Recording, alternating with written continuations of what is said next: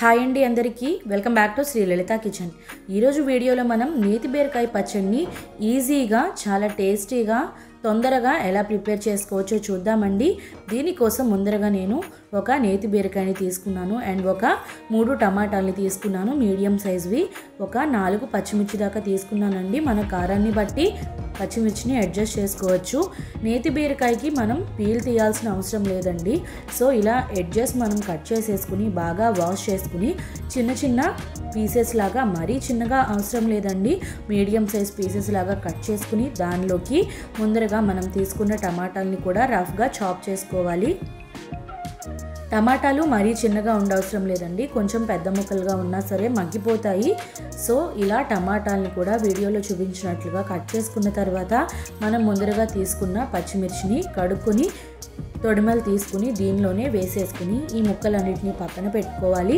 ముందర దీనిలో పోపు వేయించుకోవడం కోసం ఒక బాండీలో ఒక 3 టేబుల్ స్పూన్స్ ఆయిల్ తీసుకుని దానిలో ఒక 2 టేబుల్ స్పూన్ల చాయ్ మినపప్పు, 1.5 టేబుల్ స్పూన్ ఆవాలు, కొద్దిగా జీలకర్ర, 2 మెంతి గింజలు అండ్ మన కారానికి తగ్గ ఎండుమిర్చి వేసుకుని పోపుని వేగించుకోవాలి। ఎండుమిర్చి ముందరగా వేగిపోతాయి కాబట్టి వాటిని సపరేట్ చేసుకుని పక్కన పెట్టుకున్న తర్వాత మెంతి గింజ వేగేదాకా పోపుని వేగించుకుని ఈ పోపుని కూడా వేరే గిన్నెలోకి ట్రాన్స్ఫర్ చేసుకుని బాగా చల్లార్చుకోవాలండి।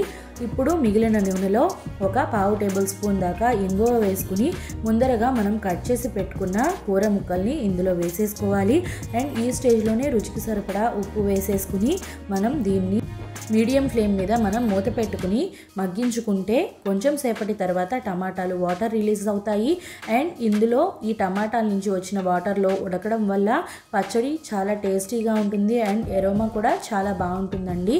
ఒక 5 నిమిషాల తర్వాత ఇలా టమాటాలు వాటర్ రిలీజ్ చేస్తాయి।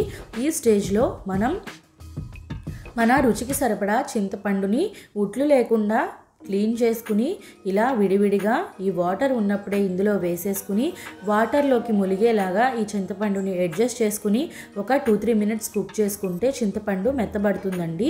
అండ్ తర్వాత కొద్దిగా ఒక గుప్పెడు దాకా కొత్తిమీరని కూడా వాష్ చేసి ఇందులో వేసుకుని ఇదంతా ఒకసారి కలుపుకుని స్టవ్ ఆఫ్ చేసేసుకుని బాగా చల్లారేదాకా చల్లార్చుకోవాలి।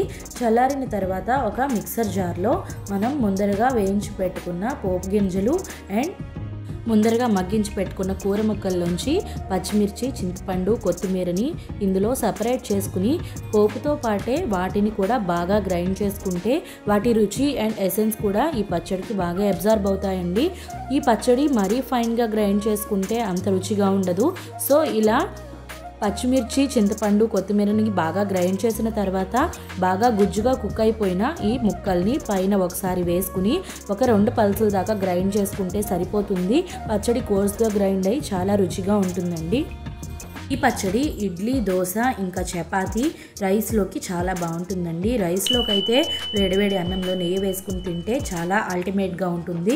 సో ఫ్రెండ్స్, ఈ రెసిపీని ఈ స్టైల్లో మీరు కూడా ఒకసారి ట్రై చేసి మీ ఒపీనియన్ని నాకు కామెంట్స్లో షేర్ చేయండి। మీకు కనుక ఈ వీడియో నచ్చినట్లయితే లైక్ చేయండి, షేర్ చేయండి అండ్ శ్రీ లలిత కిచెన్ ఛానల్ని సబ్స్క్రైబ్ చేసుకోండి। Thank you.